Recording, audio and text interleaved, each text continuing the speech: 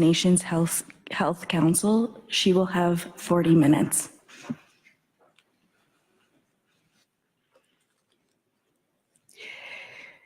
Good morning.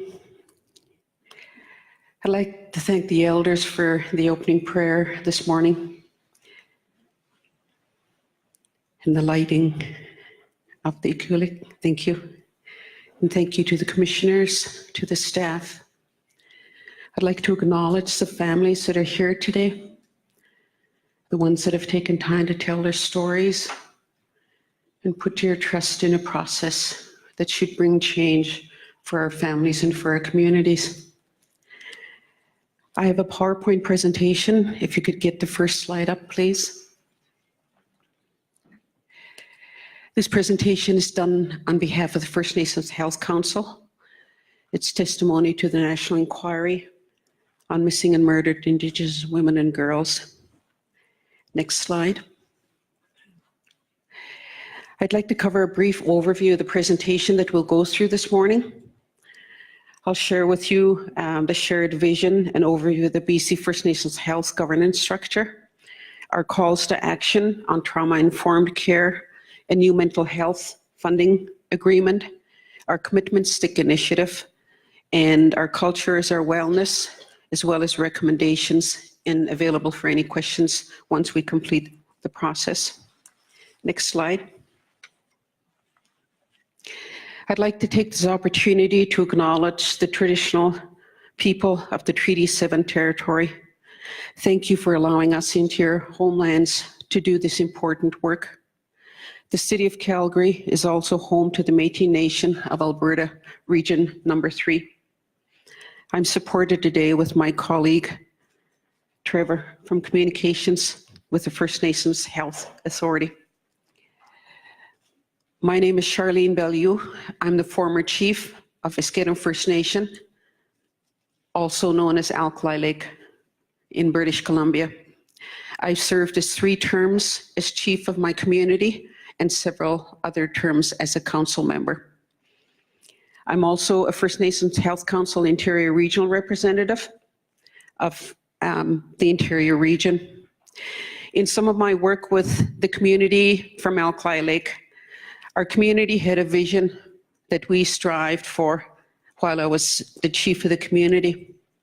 The Esk'etemc vision is that we strive to stand with dignity before our elders and our children, that we will not allow another generation of our women and children to fall victim to a cycle of violence and abuse. Next slide. The BC First Nations Health Governance Structure. In the small print we have where the First Nations Health Governance Structure in British Columbia includes 4 components. The First Nations Health Authority is responsible for planning, management, service delivery, and funding of health programs previously provided by Health Canada's First Nations Inuit Health Branch Pacific Region. The First Nations Health Council advocates for the First Nations health and wellness priorities, supports health systems transformation, and builds partnerships to make progress on the social determinants of health. The First Nations Health Council has made significant progress on the social determinants of health and recently signed a tripartite partnership to improve mental health and wellness services and make progress on the social determinants of health and wellness that was signed off in July of 2018. The First Nations Health Directors is a part of this governance structure. It's composed of health directors and managers working within First Nations communities within our province.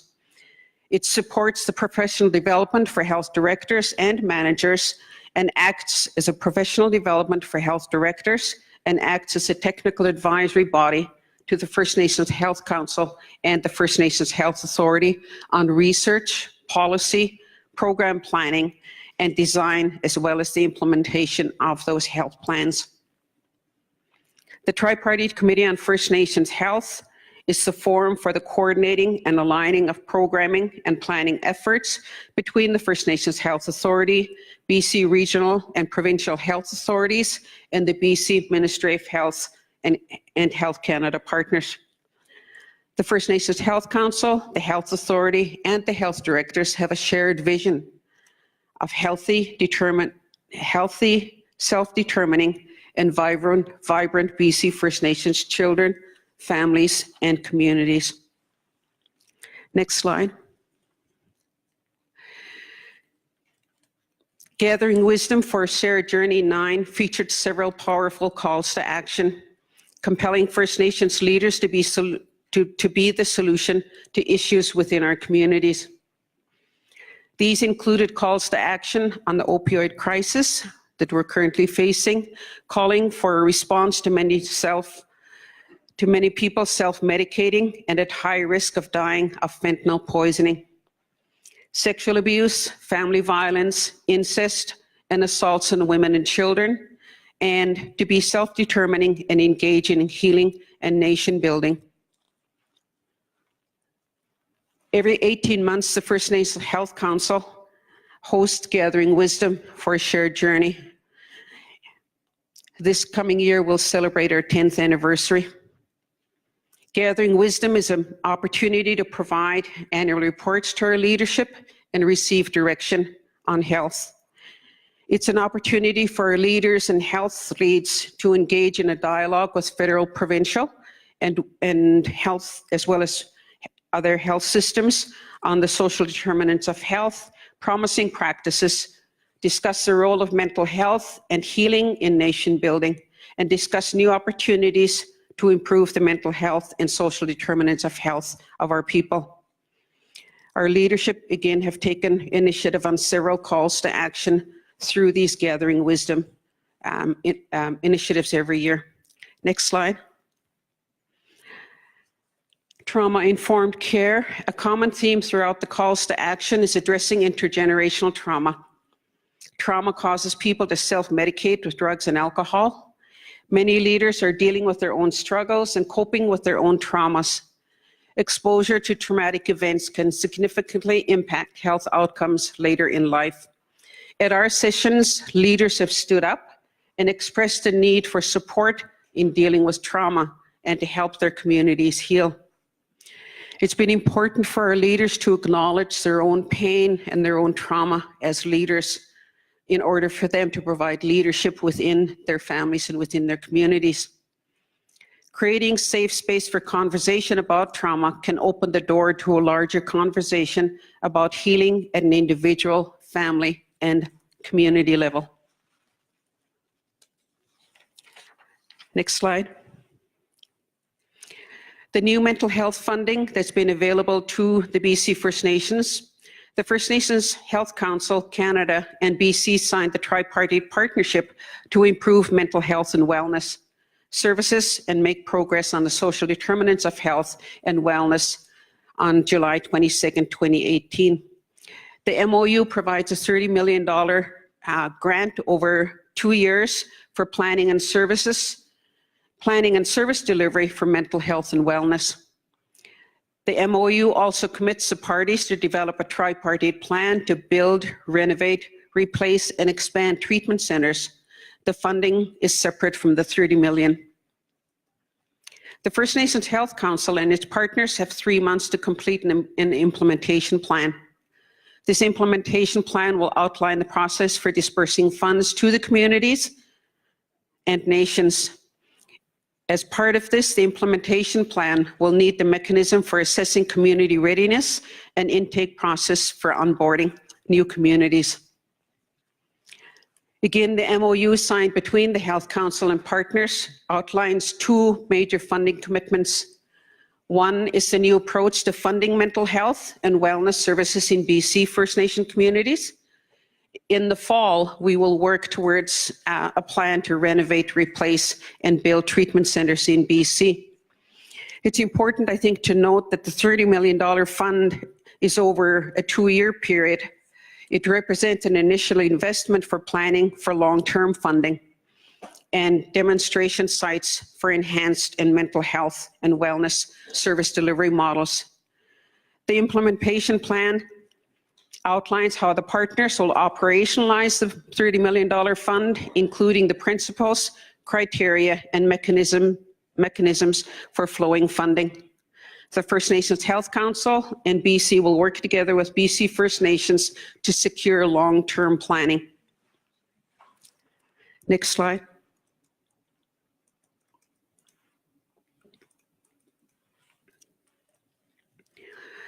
This Commitment Stick Initiative. The Commitment Stick Initiative challenges men to end violence against women and girls. It represents a personal commitment to change. It originated in Esk'etemc and has expanded across the province. From the province of BC, there's been an interest in expanding this into Ontario.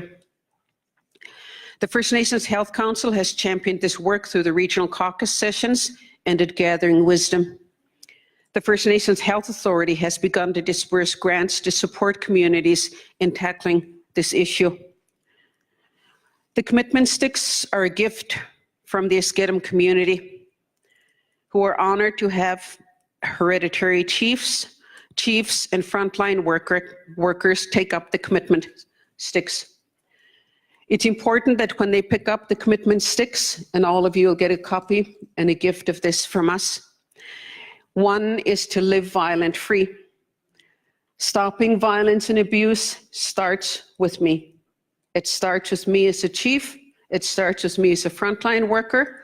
It starts with me as a mom. It starts with me as a grandma. The second part is we commit ourselves that we'll do whatever we can, whether it's in our families, within our workplace, wherever we are, to stop violence against Indigenous women and girls. The First Nations Health Council and the First Nations Health Authority joined together to develop the Commitment Stick Initiative for all communities. To assist, a kit was prepared that provided an overview on the initiative and an event promotion guide for the families, communities, and partners to help with planning and raising awareness. The First Nations Health Authority also provided all First Nation communities in BC with an eligible grant of $1,000 towards hosting an event or ceremony focused on committing to help eliminate violence against women and girls. We all agree that the cycle of intergenerational trauma and violence has to stop with us. Next slide. This is Cookbeat Ryan Day from the Bonaparte First Nation, proudly showing his commitment stick. He picked up a commitment stick at Gathering Wisdom with all other chiefs. At Gathering Wisdom in 2015, over 120 chiefs and leaders, along with frontline workers, held the sticks high and committed to live violent-free and to collectively work together to stop violence against Indigenous women and girls. They acknowledged that honoring our women, our grandmothers, our mothers, our sisters, our daughters, our wives, our partners, our nieces, we will bring balance into our lives and ensure healthy and strong families and communities into the future. This was an emotional time for the Indigenous women and girls in attendance at Gathering Wisdom. It was emotional for them to have their leaders stand up for them and stand up to commit that they will live violent-free and that they will stop violence against women. That support by our frontline workers, by our leaders, and by our hereditary chiefs is so critical to the healing of our families and of our communities. The women sang an honor song for our men when they picked up the commitment sticks. It was a very positive and empowering time for our women at that gathering. The colors of the commitment stick represent the need for the four races to work together to stop violence against Indigenous women and girls, with the understanding that we're all equally valuable. With the red, we honor and mourn our murdered and missing Indigenous women and girls. With the yellow, we honor our breath of life. With the black, we honor our bodies. And with the white, we honor and acknowledge the wisdom of the elders. Next slide.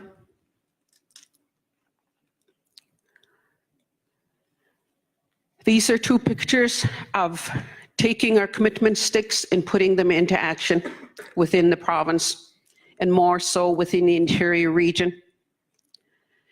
As the former Kukpi, or chief at Esk'etemc, our community is very proactive on murdered and missing Indigenous women and girls, and believe that this is also a community responsibility.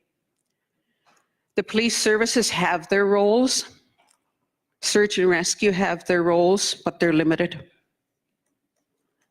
Our community's role is key to provide a sense of hope and optimism. Not only that we may find our Indigenous women and girls, but also creates awareness of violence against Indigenous women and girls.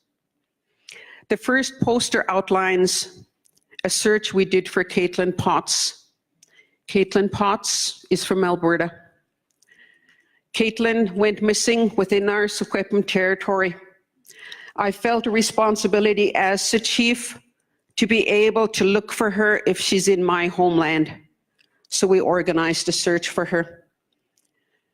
The second poster outlines a search we did for Natasha Montgomery. She's one of 4 victims convicted killer Cody Lejabakov in Prince George. Her remains have never been found, so that family is still looking for closure. In neither case, we were successful. We had over 80 searches for Caitlin Potts. We had over 50 searches for Natasha Montgomery.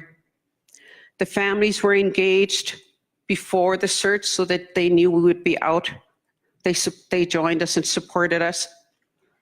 We followed protocols within the regions where we were going into another nation's territory. Our chiefs and leaders that picked up the commitment sticks came forward to assist in the search. So from picking up the commitment sticks at Gathering Wisdom, we asked them to now take their sticks and come and join us in the search. The chiefs responded. So on the left side with Caitlin Potts, there was a schedule of activities that we went through. There was a ceremony that we did in Splatseen and Enderby. There's a ceremony that we do in the water, and we pray to the Creator that if Caitlin or Natasha is in the water, that the Creator help us find them. We went through a press release. We had our leaders stand up, Kukpi Wayne Christian, Grand Chief Stuart Phillip, Grand Chief Doug Kelly, and other leaders that were there with us to stand up with the families to let them know that we're going to be here for you. We went through the search. We had a plan. We had maps. We had teams. We had supplies, and we were well organized. At the end of the day, it was important for us in both searches to be able to debrief, to let the searchers and the families know how they felt about the day's activities. It was very difficult for them, a very emotional day, because a lot of the searchers themselves were saying, now we know how the families feel. Now I know I would be scared. What if I found her? There was so much fear, but we took time through ceremony to acknowledge what they were going through during the searches. Next slide. This is a picture of the search for Natasha Montgomery in Prince George. Again, it's our commitment sticks in action. With the support of the RCMP and Search and Rescue, all volunteers worked on the search for Natasha. Again, it was important for us to, while we're going through the search and we're able to scan a big area of the land, that if we found anything that could be from Natasha, whether it was clothing or any evidence, that we worked closely with the RCMP so that we could gather any information and not compromise any criminal investigations in either Natasha or Caitlin's case. So we were well prepared, but when you look at this picture, it's like looking for a needle in a haystack. You know, there's been so many years that have gone by, but these families still have hope for their loved ones. And for me, as the chief of my community and all of the leaders that picked up the commitment sticks, we feel a responsibility that we can help these families, that we don't have to wait for the RCMP or police services or search and rescue, that we can do things on our own, and we should be doing what we can for these families. Next slide. This is more pictures of the volunteers. On the right-hand side, we facilitated the ceremony with tobacco and traditional foods. This is the ceremony I spoke about, where we have traditional foods, and we were taught by our elders that if we feel someone is lost in the river, take time to have traditional foods, moose meat, bannock, deer meat, berries. Step into the water and pray to the Creator that if Caitlin's in the water, can you help us find her? So we take time to do a ceremony in the water during our searches. Drum songs are sung appropriate for the ceremony. We also do a tobacco offering where we put tobacco in a tree and we hold the tree back and we sing a song to release the spirit of the deceased from that place. It's one of the other teachings that our elders taught us, and it's very helpful for the families to know that these ceremonies are helping, and it helps them to heal. Again, the debriefing at the end of these searches is very important to all participants, including the police and including search and rescue. Next slide. These are some of the families impacted by the loss of their loved ones. The sad reality is that there are many children left behind. Each provincial child advocate office should investigate it, like, who are these children left behind? Where are they?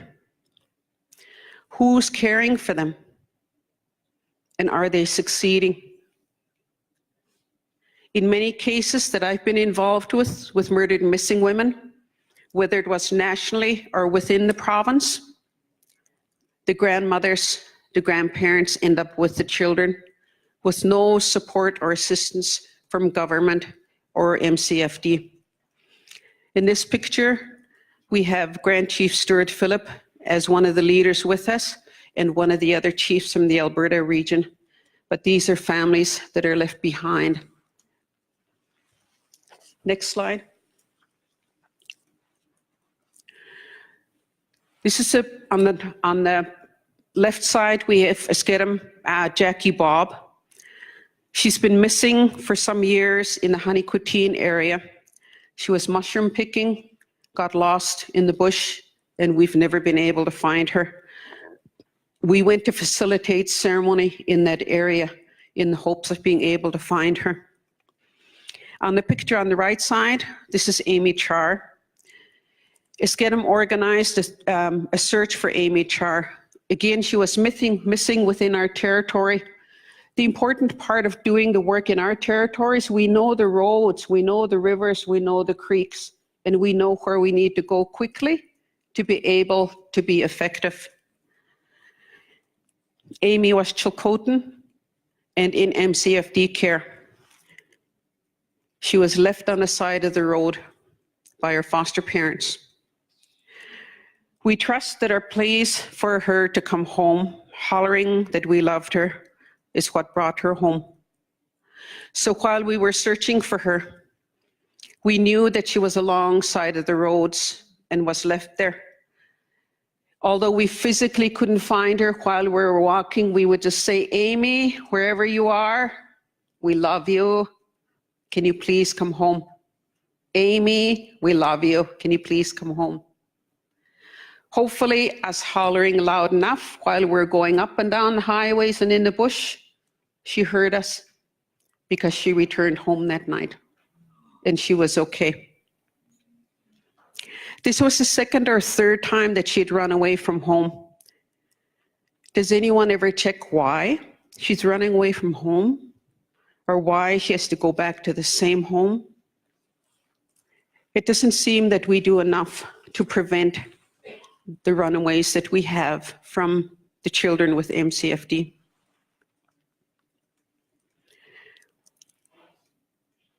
Next slide. Again, this is our commitment sticks in action. When we talked about the $1,000 grant to each community, it may not seem like a lot of money, but for communities that can cook up a meal and gather people, drum, pray, and sing, and talk, it's like $1 million to them when communities have nothing or families have nothing. So this is the Blueberry First Nations Director of Community Services, Tammy Baskin, explaining the commitment stick ceremony to participants in a workshop on ending violence against women. On the right side, you have youth Brendan Noski, the young guy in the gray hoodie, and Elder May Absassin. They cut a cake together after a commitment stick ceremony. These are just some of the examples of what communities have done once they've taken the commitment sticks. There's other stories where chiefs have taken up a commitment. I think of this one male chief where he went home after the ceremony and he called a men's healing circle, and a lot of the men from his community turned out. He continues to have those men's healing circles today. You know, and that's from making his commitment and putting his commitment stick into action. There was another chief that I'm aware of where he took the commitment stick, and because the victims didn't feel safe in his community from this one offender, he asked that offender to leave so that those families could come home to his community. Very important for our families and for our women to feel safe in our communities, and our chiefs were making sure that this was the case. Slide 15, next. The Esk'etemc community celebrated 40 years of sobriety this past year. Our culture is our wellness. Esk'etemc Cultural Protocols for Healing, they're cultural protocols that are developed as alternatives or in conjunction with the RCMP or criminal justice branch. The cultural protocols are victim-driven processes for healing of both victim and offender. The Ministry of Children and Family Development are involved when children are impacted. Multiple circles may go from one circle. Esk'etemc traditions and ceremonies are create safety within the healing circles. The protocols that we have are signed off at the highest levels within the RCMP, within E Division, the Deputy Commissioner level, and within the Criminal Justice Branch with the Deputy Attorney General and other staff within the Attorney General's office. The protocols are an alternative to the criminal justice system. The victims of violence feel that they lose their voice in the criminal justice system. We wanted to be able to give them a voice through these protocols. Through these protocols, the offenders acknowledge their behaviors. So where there may have been criminal investigations and they totally deny that anything happened, when we have our healing circles, they do acknowledge the behavior and they do acknowledge having perpetrated those crimes. At the end of healing circles that happen through our protocols, there's treatment plans that are signed off by both the victim and offender so that there's ongoing treatment and support services for them. Again, there may be multiple circles. It's a lot of work, but it's worth investing in your families so that they have a better outcome than the courts. There's a judge that presided over one case, and at the end of it, she commented that these healing circles and this work is more time-consuming than court. Not her being critical of it, she was complimenting the community for taking the initiative, getting a better outcome, but that it was a lot of work. Again, those protocols that we signed off with the RCMP and the Criminal Justice Branch are outside of policies. So when we look at the historical abuse protocol, it allowed us an opportunity to deal with sexual abuse or violence that may have happened 2 years ago, 5 years ago, 10 years ago. It provided that opportunity. We had our own complaints against RCMP. We didn't trust that they could be investigating themselves, so we had a protocol for that.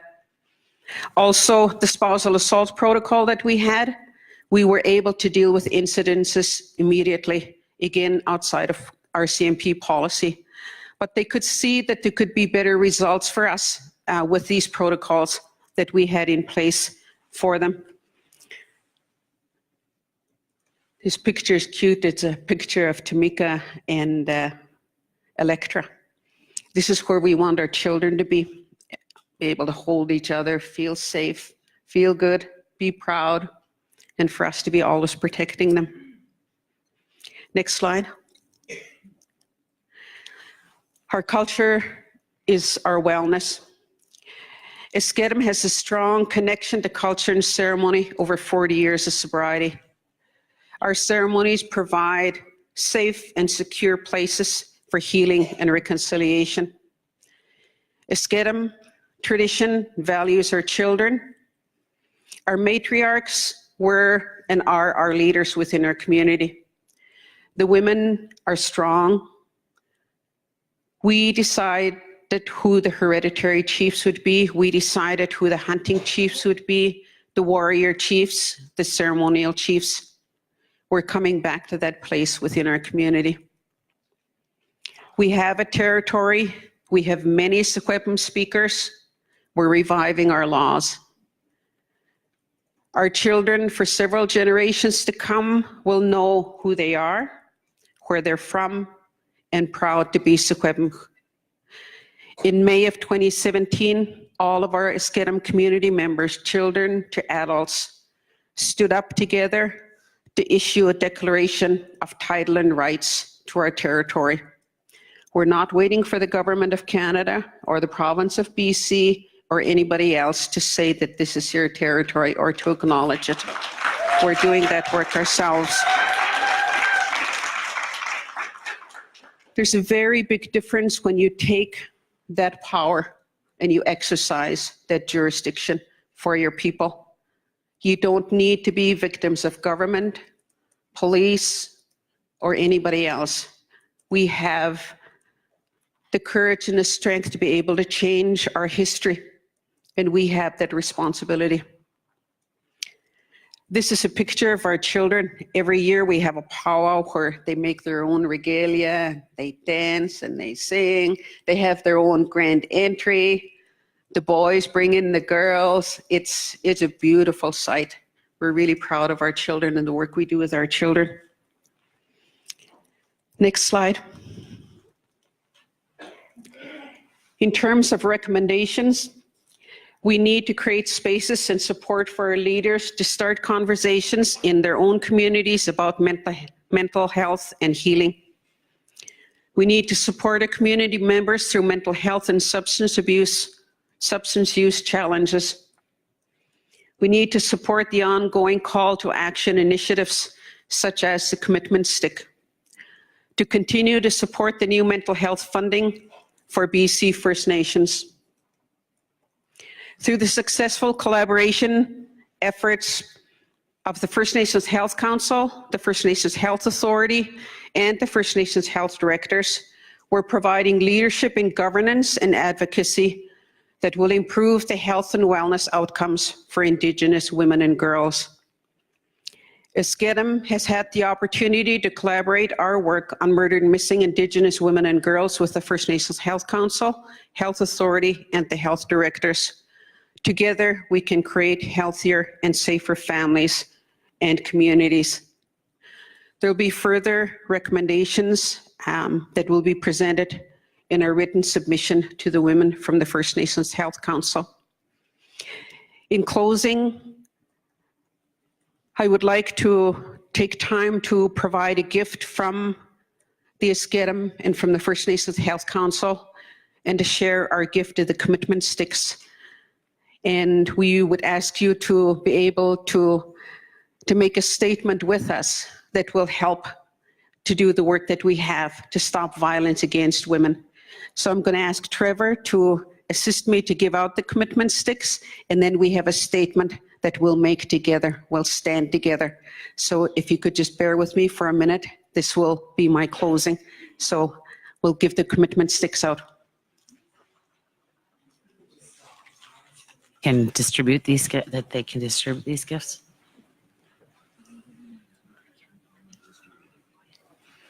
Oh, thank you so much, Miigwech.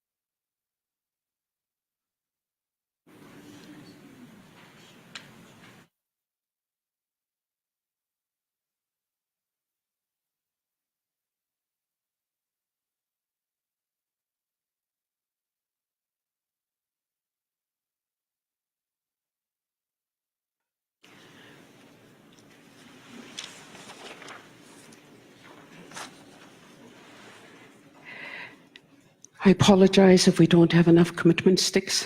We had 70 that we brought with us. We probably should have brought 100 or 200.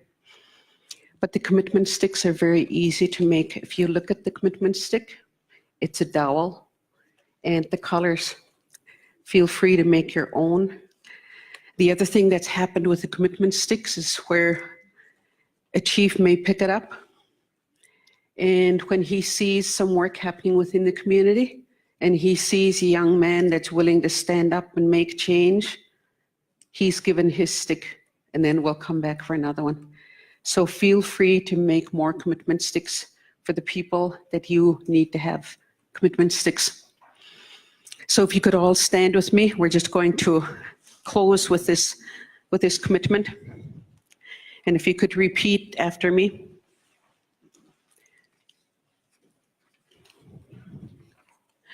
We will respect and honor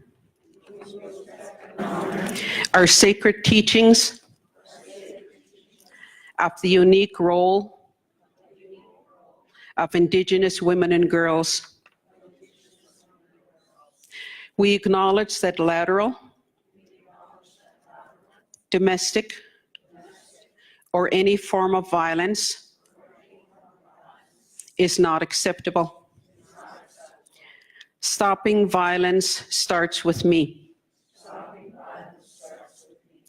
I am strong, resilient, and courageous. I will heal and lift my family and community up and be a strong warrior. We acknowledge that if we do not stand up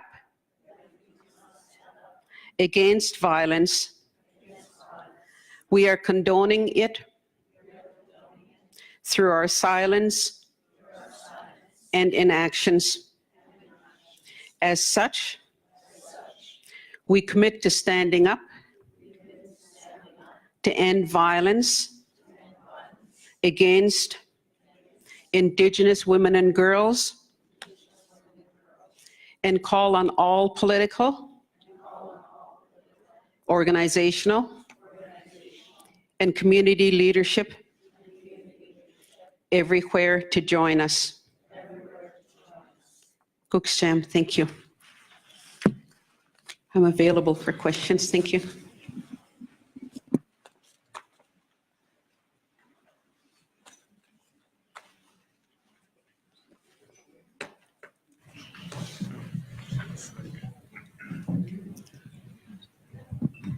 If you could set the clock for 10 minutes. We do have some questions for you.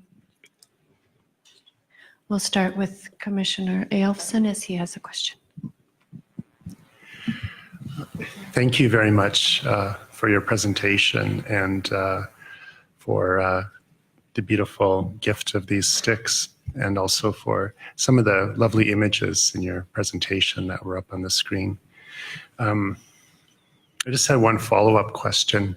In your presentation, you suggested a recommendation that each provincial or territorial child advocate should investigate the children who are left behind. I'm wondering if you could just say a little bit more about that. And I don't know whether or not that exists at all in British Columbia, or if that's a new idea and proposal. I don't know that it exists. I guess for me, it would be a recommendation. There are existing child advocate offices within every province, or the majority of provinces, where it seems that it would be helpful to even know whether any of them have done that work, and if they have not, that they could, because there are many children. I just remember looking at the number of children that were left behind in some of the cases that I was involved in across the country or within the province. And it's sad because a lot of them were 2 years old, 5 years old, and the ministry or nobody was around to even care who's going to care for that child that was left behind. So it would be, beneficial for them. I would think that some of them are 9, 10, 15, 20 years old now, that we don't have a repeat, that they go missing. So to be good to do whatever we can to find out where they are, what's happening with them, and what do we do to support them. Thank you. Thank you.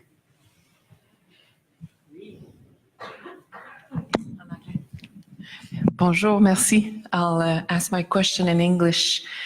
First of all, thank you very much. The first question, is it possible that I translate this declaration in French and in Innu? Yes. Parfait, merci beaucoup. And Thank you very much. for this incredible commitment in our meeting that we will have next week in Quebec City, Wendake. You mentioned also, yes, the power of this commitment stick initiative as an example of the application of this initiative in action. You mentioned also that the search and rescue that was conducted in the case of Natasha Montgomery, it was done with the collaboration or coordination with the RCMP. That's what I understood? Yes. So can you tell us how it happened, that coordination and collaboration? This partnership, I would say. Yes. For the most part, it means us reaching out to the RCMP, and in both cases, whether it was with Caitlin Potts in Enderby or with Natasha Montgomery in Prince George, we do make a phone call to contact them, to let them know that we're going to do a search. And we let them know what day we're going to go and search, and that they can work with us if they want. And they do. I'm not sure what their feelings are about the searches, but what's more important is what we're doing as a community and as leaders to search for our loved ones. We know that the limited timeframes that the RCMP or police services or search and rescue have for searches is not helpful to a murdered or missing Indigenous woman or girl. There are specific timeframes that they'll do searches. There's search and rescue has only so many hours that they would be out on a search. For us, the people will look for their loved ones and hopefully find them. They'll keep searching and searching and searching until they find them. So yes, we make contact with them. We can coordinate with them. We can maybe receive basic information about last known location, et cetera, but all of the rest of the work is up to us to lay out a map of the area that we're going to search, the roads, creeks, ceremonies, make up the teams. Each is really good because each team had a chief that was actually leading a group of 5 that went this way, another chief with a group of 5 that went this way, and then we searched an area. So we did reach out to them, and I think we'll need to do so in the future because, again, the possibility of finding evidence or finding information that may be helpful to a criminal investigation, we feel it's important to include them. Again, whether they're there or not, the important part is our leaders are there, our families are there, and the communities there helping these families.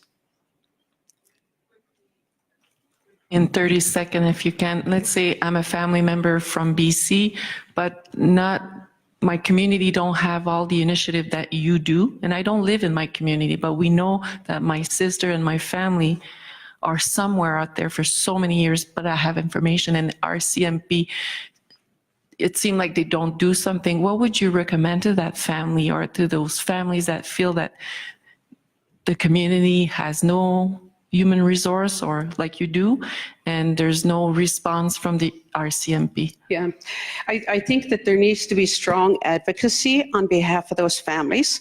So whether that's a role that I end up playing during any of these incidences, it is helpful to the families. Like when the families do meet with the RCMP, if they would like me to be there, then I will be there with them and get the same information that they do. And I think that it's important in the case with Caitlin Potts, when the family came out and they were at the search, the RCMP asked to meet with them. And it was on the day that they met with the RCMP there that they knew that this wasn't just a missing persons case. This was a criminal investigation. So why is it that the family has to learn on that day that this is a criminal investigation? They perhaps should have known earlier. I'm not sure whether, again, the search and the publicity of it and the media attention is what brought the information forward, but I would hope not. But again, we need to advocate for those families. They need somebody to stand with them to make sure that they are being treated with the respect that they should. Thank you.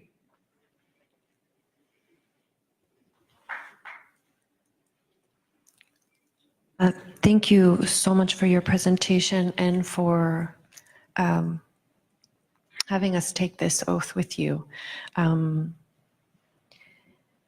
It's so powerful. And I think important that we be a part of it as well as the country, a part of it today with you. I also want to thank you for sharing with us the governance structure of the Health Council.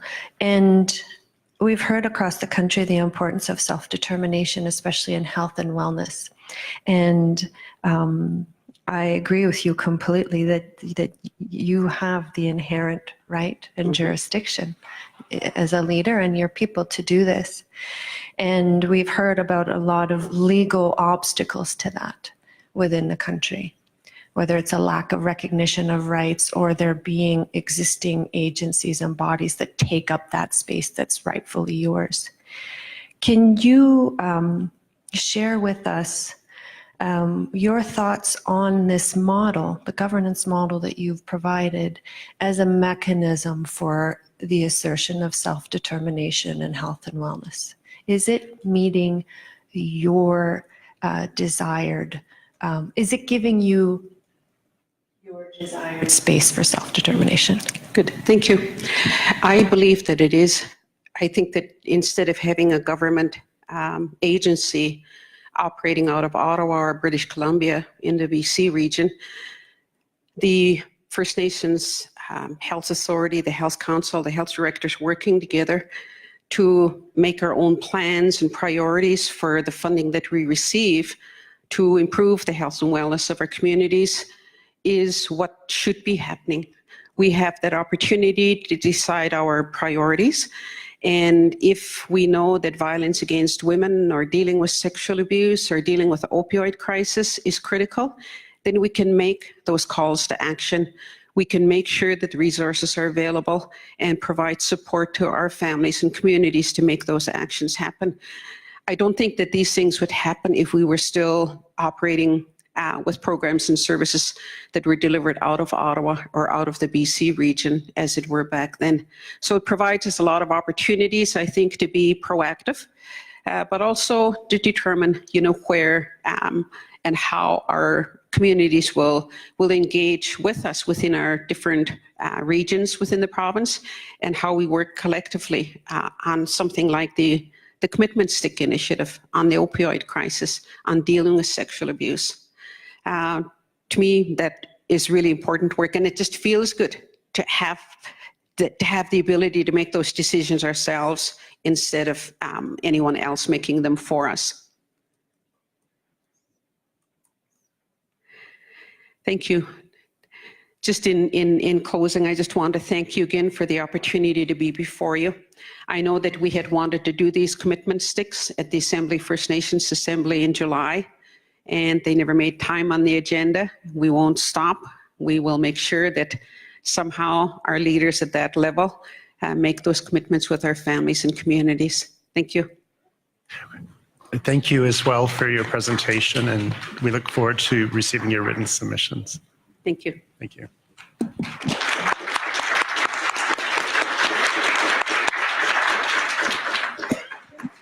Thank you. At this point, we would request that we break for lunch until 12:30, and we're on track. Great. Okay, let's break for lunch and we'll be back at 12:30. Thank you very much.